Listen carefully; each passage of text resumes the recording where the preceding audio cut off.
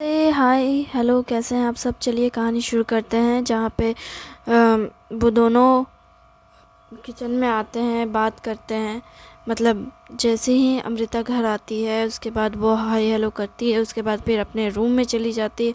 वहाँ से freshen up हो करके उसके साथ किचन में आती है, किचन में उसकी मदद करने। लेकिन वो वहाँ पे उससे सवाल जवाब करने लगता है, जिसका सवाल सुन करके अमृता थोड़ी घबरा जाती है, लेकिन फिर उसे जवाब दे देती है। कहती है कि देखो, हम शाम के टाइम पे निकले थे और शाम को तो झाड़ू नहीं लगता है, इसलिए गिर गया होगा। और इतना क्यों परेशान हो रहे हो, ऐसी तो कोई ख़ास बात नहीं है। अविनाश कहता है हाँ ठीक है, कोई बात नहीं। और वैसे भी घर पे गिरा है ना। हाँ मैंने कहा ना, ठीक है, तुम और कुछ कहने की ज़रूरत नहीं है। तुम सफाई मत दो, ये तुम्हारी गलती नहीं है। मैं सफाई नहीं दे रही हूँ, मैं बस बता रही हूँ। अच्छा ठीक है, ये बन गया, चलो खाना लेकर टेबल पे चलते हैं, साथ में खाते हैं। अच्छा, अभी भी कुछ पूछना है? नहीं, बस कुछ नहीं। वो दोनों साथ में खाना खाते हैं, एक दूसरे के एकदम सामना सामनी बैठते हैं और वो दोनों एक दूसरे को देख रहे होते हैं। जहाँ पे अमृता कहती है तुम मेरे बगल में भी बैठ सकते थे, तुम मेरे सामने क्यों बैठे हो? तो वो अविनाश कहता है कि नहीं, तुम्हारे बगल में बैठता तो अच्छा लगता, लेकिन अभी नहीं। बस मुझे तुम्हें देखना था, इसलिए तुम्हारे सामने बैठा। तुम्हें खाते हुए देखना चाहता हूँ। पता है, तुम्हें नहीं देख पाया, मतलब हम रोज़ खाना खाते हैं तो मुझे एकदम से आदत हो गई है। तुम्हें नहीं देख सकता तो थोड़ा अजीब सा लगता है। अच्छा, ऐसा क्या? क्यों, तुम्हें अजीब नहीं लगता? नहीं, मुझे मतलब, हाँ ठीक है। अमृता, क्या हुआ है? कुछ नहीं, कुछ भी तो नहीं हुआ है। तुम थोड़ी परेशान लग रही हो। मैं और परेशान? तुम्हें लगता है मैं परेशान हो सकती हूँ या मुझे कोई परेशान कर सकता है? नहीं, लेकिन फिर भी क्या हुआ है? तुम काफ़ी ज़्यादा अजीब सा साउंड कर रही हो। नहीं, कुछ नहीं हुआ है। मैं तो बस थकी हुई हूँ, तुम बताओ। थकी हुई हो? हाँ, मैं बस थकी हुई हूँ। क्या है ना, कल रात ठीक से सोई नहीं, अभी ऑफिस में भी थी तो मैं थक गई हूँ। तुम बताओ, कल तुमने क्या किया? मैंने मैंने तो कुछ भी नहीं किया। कुछ भी नहीं किया? मुझे लगा तुम्हारे दोस्त आए होंगे, तुम उनके साथ पार्टी कर सकते थे। नहीं, मेरे दोस्त नहीं आए थे। सच में? हाँ। क्यों, तुम क्यों पूछ रही हो? नहीं, मतलब मैं कह रहा था, मतलब मैं कह रही थी कि तुम उनके साथ अच्छे से एंजॉय कर सकते थे ना। मतलब हमेशा तो हम ही दोनों इस घर में रहते हैं और कोई तो रहता नहीं है, तो जब मैं नहीं थी तो तुम आराम से एंजॉय कर सकते थे, अपने दोस्तों के साथ पार्टी कर सकते थे। अ, अच्छा, तुम ऐसा करने देती? मतलब अलाउ है मुझे? अच्छा, क्या मुझे इसके लिए तुम्हें परमिशन देनी पड़ेगी या तुम्हें मुझसे परमिशन लेनी पड़ेगी? नहीं, पर ये घर तो तुम्हारा है ना।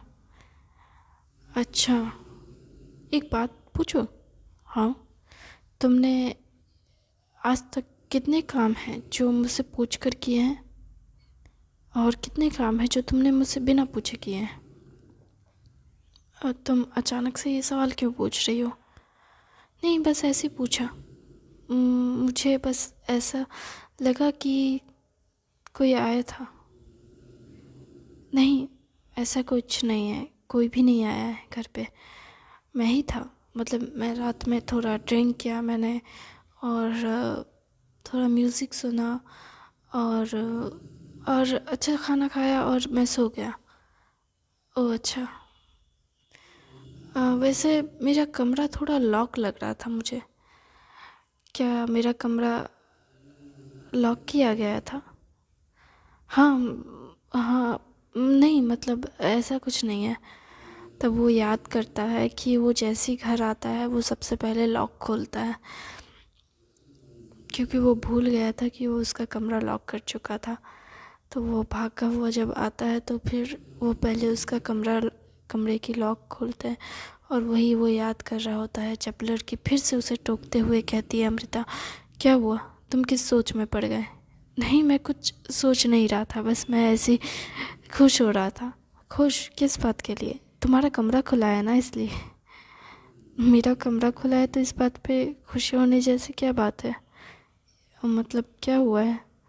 नहीं, कुछ नहीं। तुम्हारी चीज़ें तो ठीक है ना?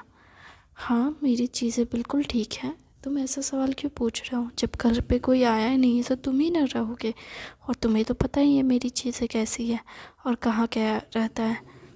हाँ, मुझे तो सब पता है तुम्हारे बारे में। अगर कुछ नहीं पता है तो तुम मुझे बताओगी ना? ये कैसा सवाल है? नहीं, बस ऐसे ही मैं सोच रहा था कुछ। क्या सोच रहे थे?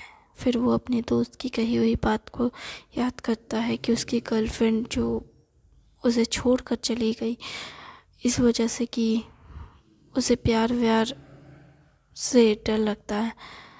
तो वो उसी बात को लेकर सोच में पड़ जाता है और फिर अमृता कहती है, क्या हुआ अविनाश? नहीं, कुछ नहीं। मैं कुछ नहीं सोच रहा हूँ। तुम कुछ ज़्यादा ही खोए खोए लग रहे हो। तुम मुझसे क्या छुपा रहे हो?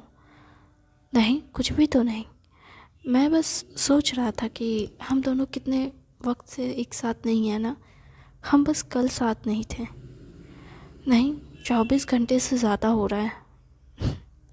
इतने भी ज़्यादा वक्त नहीं हुए हैं। तुम तो ऐसे कह रहे हो जैसे मैं 300 साल से तुमसे नहीं मिली। मेरे लिए तो मेरे लिए तो बहुत मुश्किल है तुमसे दूर रहना। क्यों? तुम ऐसा भी क्या करना चाहते हो मेरे साथ? तुम कहना क्या चाहती हो? नहीं, मैं तो कुछ भी नहीं कह रही हूँ। मैं बस पूछ रही हूँ। तुम क्या पूछ रही हो? हाँ, ए, क्या चल रहा है तुम्हारे दिमाग में? कुछ भी तो नहीं चल रहा है। कुछ भी नहीं। मैं तो बस पूछ रही हूँ तुम मुझे इतना याद क्यों करते हो? क्योंकि मैं तुमसे प्यार करता हूँ और मुझे तुम्हें देखना पसंद है। पर क्यों? अब इस सवाल का कोई मतलब नहीं बनता। क्यों नहीं? हर सवाल का कोई ना कोई जवाब तो होता ही है। प्यार करने की कोई वजह होनी चाहिए, ज़रूरी तो नहीं। क्या मतलब? देखो, तुम्हें गुस्सा क्यों आता है? पता नहीं, बस आ जाता है। सामने वाला कुछ गलत करता है तो गुस्सा आ जाता है। तुम तो बेवजह भी चिल्लाती हो। तो वो मेरे मूड स्विंग्स होते हैं। हाँ, वो तुम्हारे मूड स्विंग्स होते हैं। हाँ, लेकिन ऐसा क्यों? ज़रूरी तो नहीं कि वो तुम्हारे मूड स्विंग्स हो। इंसान को गुस्सा या फिर तुम कभी कभार तो रोने भी लगती हो बेवजह। हाँ, तो वो मेरे मूड स्विंग्स होते हैं। तुम हर बात को मूड स्विंग्स पे नहीं भेज सकती ना। मैं मूड स्विंग्स पे नहीं, मतलब ठीक है, मानती हूँ, आई एक्सेप्टेड कि प्यार करने की कोई वजह नहीं होती है। प्यार हो जाता है, जैसे आंसू, हंसना, रोना, सब कुछ। किसी भी चीज़ की कोई वजह नहीं होती और जो बेवजह होती है वही सबसे ख़ास होती है। अगर हर चीज़ की वजह होने लगी तो कुछ भी बेवजह नहीं होगा। तुम कहना क्या चाहते हो? कुछ नहीं, बस ये कहना चाहता हूँ कि मैं तुमसे बहुत प्यार करता हूँ। I love you. I love you too. तुम दिल से नहीं कह रही हो? नहीं, मैं दिल से कह रही हूँ, मैं तुमसे प्यार करती हूँ। हाँ। क्या? सच में?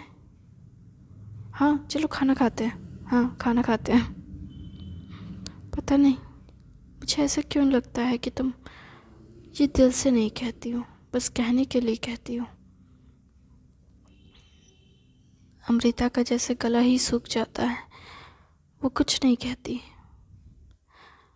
और फिर कहती है, खाना खा के हम सो जाते हैं, मुझे बहुत नींद आ रही है। मेरा तो हो गया, मैं जा रही हूँ सोने। Good night. Good night. पर क्या तुम सच में सोने जा रही हो? हाँ, मुझे नींद आ रही है तो मैं सोने जा रही हूँ। क्या तुम मेरे साथ बैठ नहीं सकती कुछ देर? बैठकर क्या करना है? बैठकर क्या करना है? कुछ नहीं, बस मैं तुम्हें देखना चाहता हूँ। इतनी देर से तो देख ही रहे थे, मेरे सामने ही तो बैठे थे खाना खाने। हाँ तो क्या हो गया? मुझे बस तुम्हें देखना है। तुम छोटे बच्चों जैसी हरकतें क्यों कर रहे हो? खाना ख़त्म हो गया मेरा, मैं जा रही हूँ सोने। हाँ ठीक है, जाओ। शायद तुम थकी हुई हो इसलिए चिड़चिड़ा रही हो। जाओ जाओ, तुम सो जाओ। Avinash, I am sorry. मैं तुमसे ये नहीं कहना चाहती थी। अगर तुम्हें मुझे देखना ही है तो तुम चाहो तो मुझे सोते हुए देख सकते हो। क्या सच में? तुम खाना खाकर मुझे देख सकते हो, ठीक है। वो सोने चली जाती है और वो एकदम से कुंभकर्ण बनकर सो जाती है। उसे कुछ भी होश नहीं रहता। अविनाश जब खाना ख़त्म करके बर्तन वर्तन धोकर सारे जहाँ घर के लाइट्स ऑफ करके अमृता के कमरे में जब जाता है तो वो देखता है वो कितने प्यार से सो रही होती है। वो सोच में पड़ जाता है। मुझे लगा ये कही, इसने कहा मुझे मेरे साथ सोने, तो मुझे लगा इसके कहने का मतलब कुछ और नहीं, बस देखना ही है। हाँ, मुझे बस इसे देखना ही है। मैं बस देख ही सकता हूँ इसे दूर से, और कुछ नहीं। अविनाश के मन में तो जैसे लड्डू फूट गए थे उसकी बात सुनकर, लेकिन वो कहीं ना कहीं सोच में पड़ गया था अपनी दोस्त की बात से भी। लेकिन वो डिस्ट्रैक्ट हुआ ही था अमृता की बात से। तभी अमृता की इस हरकत को देख वो काफ़ी हद तक अपने दोस्त की बात को याद करने लगता है और पूरी रात अमृता के बेड के बगल पे ही चेयर पे बैठकर अमृता को देख रहा होता है और वो बस अमृता को देखे जा रहा होता है। उसे खुद भी नहीं समझ आ रहा था कि वो उसे क्या कहे और क्या ना कहे। वो चेयर पे ही सो जाता है। अमृता सुबह उठती है तो अविनाश को अपने पास देखती है हाय लेते हुए और कहती है, ये लड़का यहीं सो गया। हे भगवान, इसके तो गर्दन में दर्द करता होगा। फिर अमृता अविनाश को उठाकर बेड में लिटाने ही वाली होती है कि उसका पैर फिसल जाता है और वो उसके साथ ही गिर जाती है और इस समय अविनाश की नींद भी खुल जाती है। और अविनाश की जब नींद खुलती है वो अमृता को अपनी बाहों में देखता है और वो उसे कहता है, गुड मॉर्निंग मेरी जान। अमृता कहती है, गुड मॉर्निंग, और अमृता झट से उठ जाती है। अविनाश, ओह माँ, मेरी गर्दन, मेरा कमर, इतना दर्द क्यों हो रहा है? अमृता बोलती है, तुम्हें दर्द इसलिए हो रहा है क्योंकि तुम चेयर पे सो गए थे। तुम अपने कमरे में नहीं जा सकते थे, तुम्हें नींद आ रही थी तो मुझे पता ही नहीं चला कि मैं तुम्हें कब देखते हुए सो गया। अविनाश उठकर बैठता है बेड पे और कहता है, जो अमृता खड़ी होती है उसका हाथ पकड़ उसे अपने बगल में बैठाता है और कहता है, अपने चेहरे को अमृता के एकदम करीब ले आता है और कहता है, सुनो, मैं तुमसे प्यार करता हूँ। हाँ मुझे पता है, तो तुम्हें ये भी पता होना चाहिए। मैं बस तुम्हें देखना चाहता था और जब तक मैं तुम्हें जी भर के ना देखूं मुझे नींद नहीं आएगी। तुम्हें रोज़ देखता हूँ, 2 दिन से देखा नहीं तुम्हें ठीक से, तो मुझे तुम्हें देखना था। तुमने तो आराम से कह दिया कि मेरा खाना हो गया, मैं चली सोने। तुम तो सोने चली आई मैंने तो तुम्हें ठीक से देखा भी नहीं। आते ही तुम्हारे लिए खाना बनाया, तुमने कुछ भी नहीं कहा मुझसे। अमृता अविनाश की बात सुन, अपने गर्दन को नीचे कर, अपने बालों को पीछे कर, कहती है आई एम सॉरी।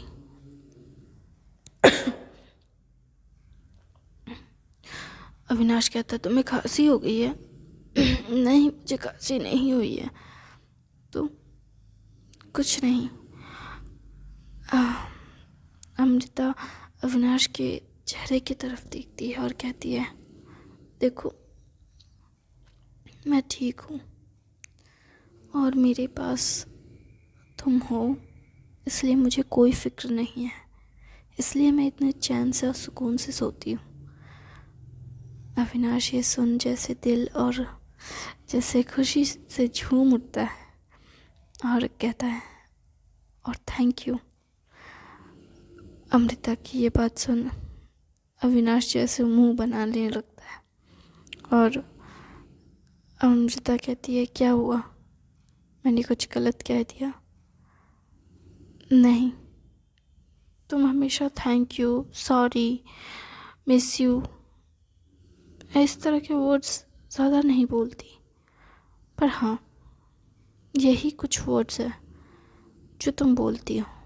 कभी मुझे आई लव यू नहीं बोलती, कभी ये नहीं कहती हो कि मैं तुम्हें मिस कर रही हूँ, बहुत ज़्यादा मिस कर रही हूँ।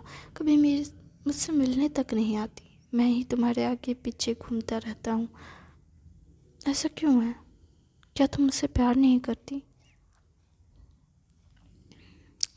आई एम सॉरी, मुझे तुम्हारी आदत हो गई है, इसलिए कहते हैं ना जो चीज़ हमारे पास होती है हम उसकी कदर नहीं करते, पर जो चीज़ हमसे दूर रहती है हम उसकी कदर करने लगते हैं।